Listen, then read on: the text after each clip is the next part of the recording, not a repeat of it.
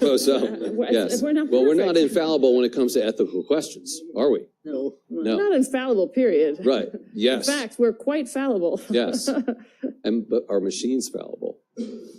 Yes. Right. Yes. But maybe at it depends on the rate of fallibility. Who's programming them? But you also talked about, people gardening is a job that may be safe, and lawn care, things like that, or being a dentist, things easy. But all those things could be. In fact, I was looking at something, and one study showed that a very safe job from technology, and I mentioned this to you guys, was clergy, a minister. That is until I found there was an app called Confession with a drop-down menu for sins. So Is there an other? Is there an other? Yeah. So to your point, Mary, I mean, just you think you're safe, and then maybe 3 years later you're not so safe. I think we should watch the safe word, though, because it's not about whether we're safe or not. It's how we can use this technology. I mean, I do want to be an optimist and say, okay, well, we have to design for the human, and we have to have certain ethical standards for that. But it's always going to be a dance, I think, between the technology and the people. And where I was hanging out in Louisiana, religion is hugely important. There's a church at every block and big mega churches, and I don't think they would use this app.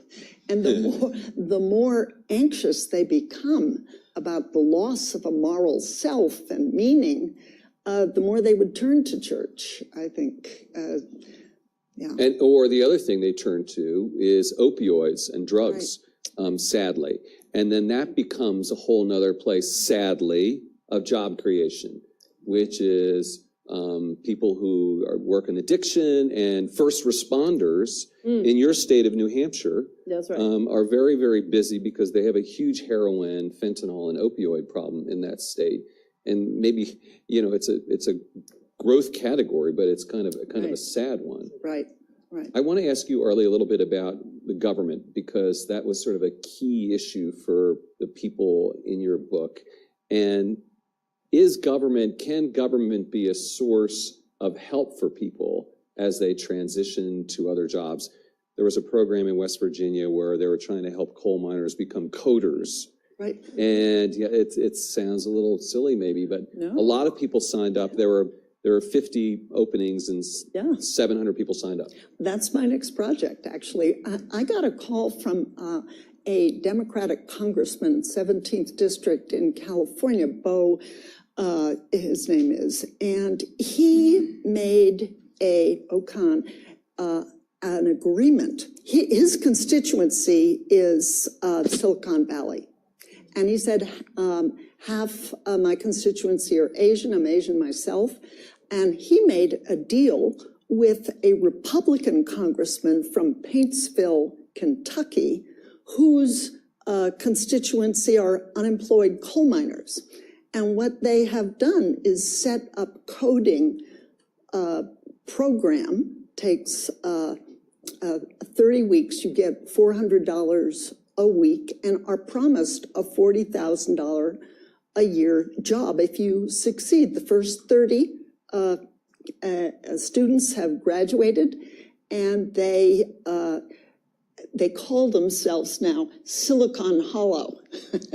So they're staying right there in Kentucky. They don't want to move, but they're doing coding for apps for cell phones. So will their jobs be automated out? Well, maybe eventually, and are older people graduating from these courses? I'm going to find out. But it's a start, and I liked it that it seemed bipartisan and forward-looking. And incidentally, in Paintsville, Kentucky, there's an opiate addiction, huge problem. And presumably this could help with that. You mentioned Asia, and I want to talk to you, CDK, about that, and government policies in the two most populous countries in the world, India and China. And I would maintain that jobs and having a robust job economy is a policy / obsession of the Chinese government. And I'm wondering what your take on that is, and in India as well. Is that an obsession for Prime Minister Modi? Absolutely. I think if you just try and differentiate how this problem manifests in Asia versus rest of the world, I think the fundamental difference is in the demographics. The number of young graduates or people, millennials, who are getting into the workforce every year is more than the population of a few countries, right? So I think the challenge is of a very different dimension, which is posed by the demographics. So I think job creation, trying to kind of train them and make them equipped for the entry-level jobs is the big agenda. I'm sure it's a big agenda in India, and so is the case with China as well.